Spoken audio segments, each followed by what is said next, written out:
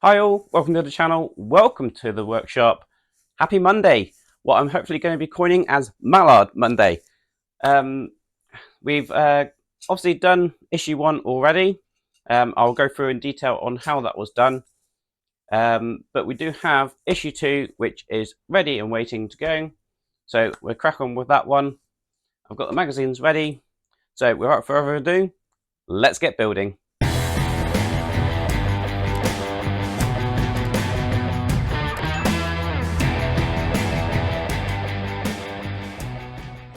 Okay, so new build.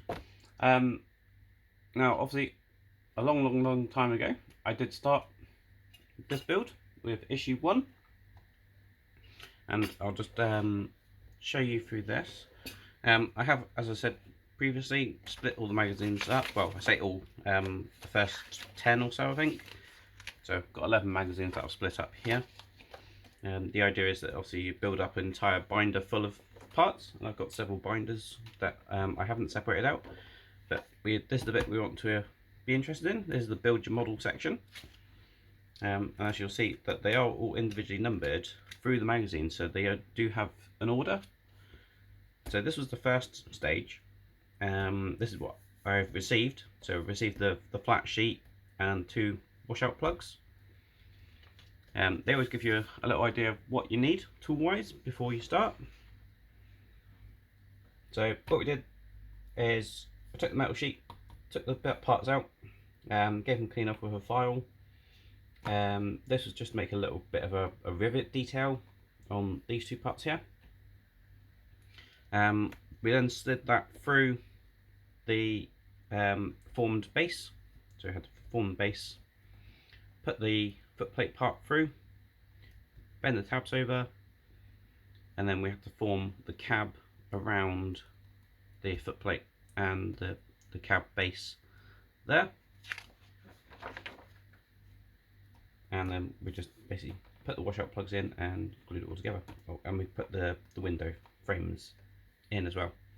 And when we've done all that, this is what we ended up with.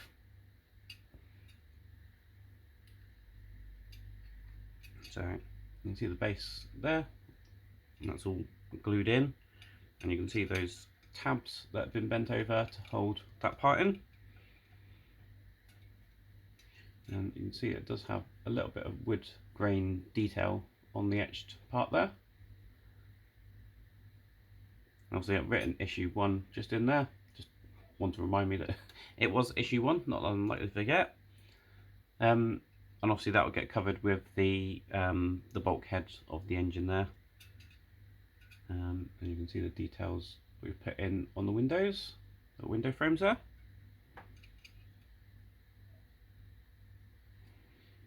So that was issue 1. I'll put that to one side for the moment. So we can move on to issue 2. So this is what we've got in issue 2. We've got the nose of Mallard.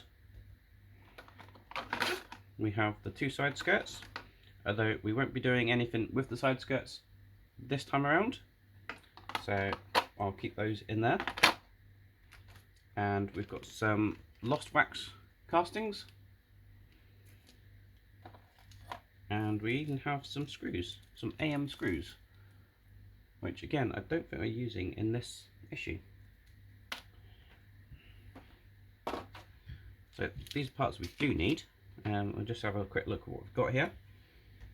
So we've got a steam turret, outside lamp, front irons, centre front lamp irons, we've got a gauge, upper lamp iron, and we have a water tap. The bits marked with a star, basically we're not using this time around, and we're just told to put somewhere safe. So you can see what we're doing, just cleaning off the parts. We're going to be drilling out some holes for the front and attaching the lamps, and that's what's coming in issue 3. So these are the lost wax castings, looking just like that. As you can see, there are some mould lines on there, So we'll just give them a light sanding just to remove those.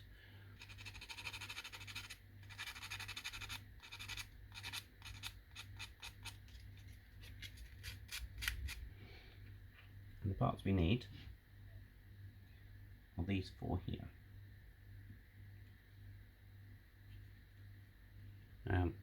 We need our nose section, and we need to drill out 4 holes in this, and they are all marked. We've got like a little dimple just there. We've got one just on the edge there. Same on this side. And we have one just at the front up here. Right, so I've drilled all those holes out now. There's no way you're going to do it with a little pin vise, so I did end up getting my DeWalt. I'll just put the drill bit in there. Although it says 1.1 millimeters on the instructions, I do think that the holes were slightly oversized, so they are a little bit loose in there. But what we're going to be doing is adding these lamps, or the lamp irons, to the front here, and I'm just going to use a 2-part epoxy glue to do this, and it will fill in the holes as well. So just squeeze a bit out like that. I'll just get this mixed together.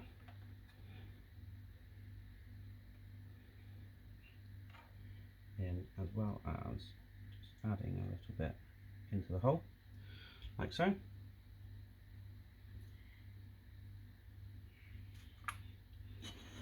Just ensure that it is straight. Now I'm just going to do the sides as well. Again, I'm just going to drop some into the holes as well to ensure that the holes are all filled. That way when it comes to painting, we shouldn't see any divots or anything like that. Any excess resin I will obviously clean up when it hardens. That one's falling out.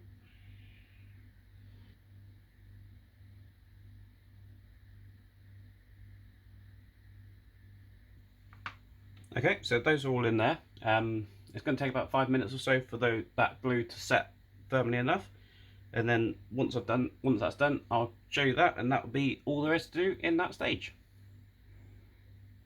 Thank you very much for watching. I do hope you enjoyed that video. If you did, please remember to give me a big thumbs up. So obviously not much to do on that one, just to put the little lamp irons on there.